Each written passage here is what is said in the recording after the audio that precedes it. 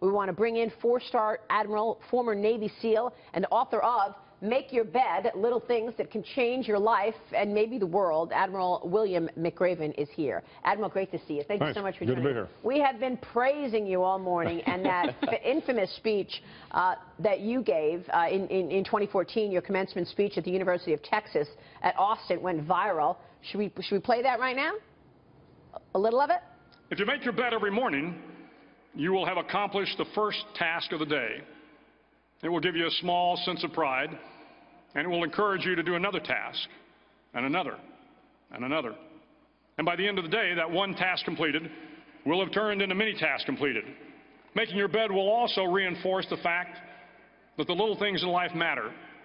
If you can't do the little things right, you'll never be able to do the big things right. And if by chance you have a miserable day, you will come home to a bed that is made.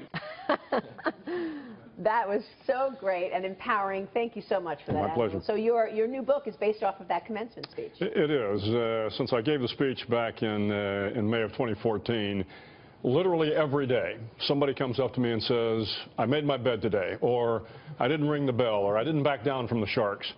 And then they always ask me, who was it that inspired you? What was it that got you through the tough times? So this book was an opportunity to kind of showcase some of the folks that inspired me and talk about the tough times that we all have in life, and me in particular in this case. And Dagan, you tweet this out and talk about his speech. It's really moved you. I've quoted the Admiral on air many times recently with the punch the shark in the snout line from that commencement address.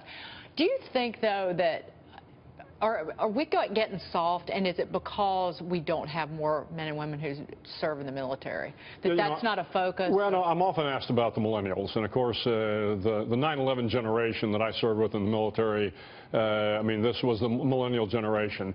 And the young men and women that are coming to school every day across the University of Texas system and across Texas that I see are the millennial generation.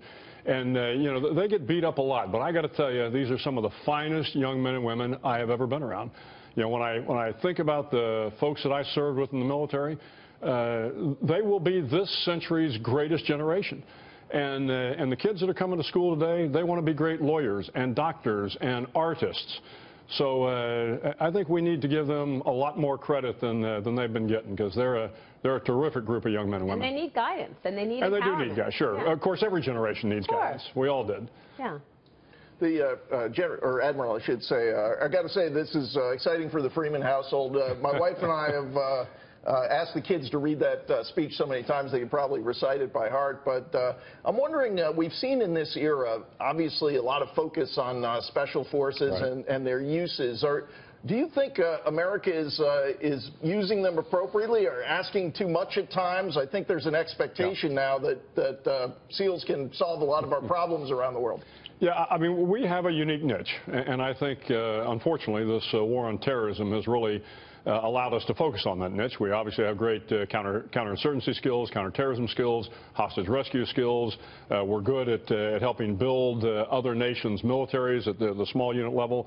But frankly, the Special Operations Forces, we can't stop the North Koreans from coming south. We can't keep the Straits of Malacca open. I mean, this is why you need large conventional forces to be able to do this. So I'm very proud of the men and women of Special Operations. They do a magnificent job. They are being called upon every day around the world to do remarkable things, and I think they always step up and do what the nation expects. But let's make sure we understand we have got to have a strong Army, Navy, Air Force, and Marine Corps in order to be able to do what the nation needs done all around the world.